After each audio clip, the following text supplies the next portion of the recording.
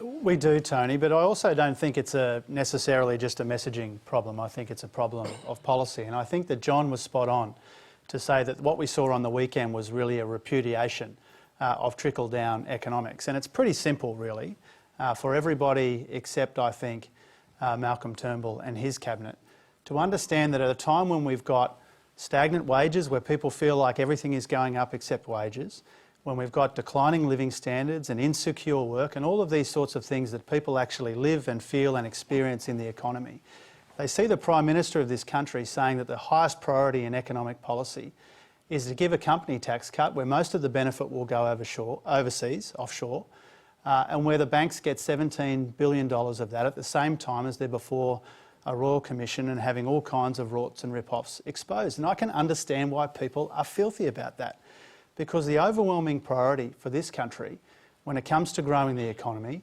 is that proper kind of inclusive, people-powered, bottom-up economic growth that says you won't get that if you give the biggest tax cuts to the people who need them least. You won't get that if you keep hacking away at education. You won't get that if you ruin the NBN.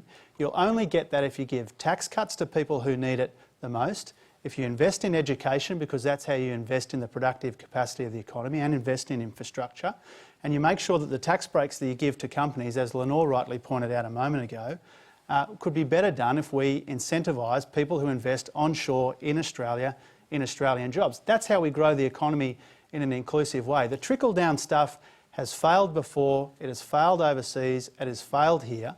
The only people who still want to cling to this long discredited notion that if you throw heaps of money at the top end of town that somehow everyone will benefit is the party that Mitch Fifield is part of and the party that Malcolm Turnbull leads for now.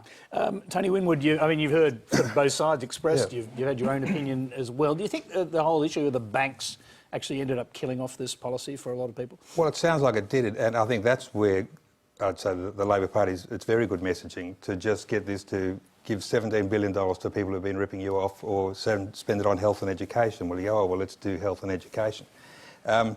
But I thought the banks had actually, they paid $30 billion in fines, notionally, that they've got to pay over the next 6 years out of profits. So I think there's been a big slice taken out of them already, and I guess they need to be able to pay that $30 billion in fees for all the things that they've done wrong.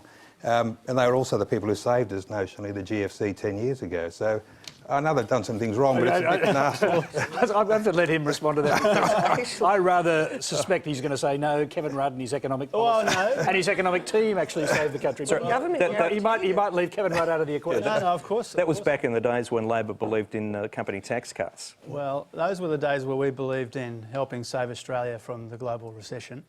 And there was a lot of good done in that period. But I think the point that you made before, Tony, was a really important one, which is we don't hear enough about the fact that under the current government, we have had net debt double. And I guess the point that I'm making, which is a slightly different point to yours, but does emphasise the fact that debt has blown out substantially under this government, is the fact that when you've got these big budgetary constraints, you need to try and work out where public money can do the most good. And I don't think many people could argue convincingly or objectively that the best use of public dollars, billions and billions of dollars of it, when we have that record debt, is to give a tax cut to the companies that need it least and to the people who need it least. Okay, let's just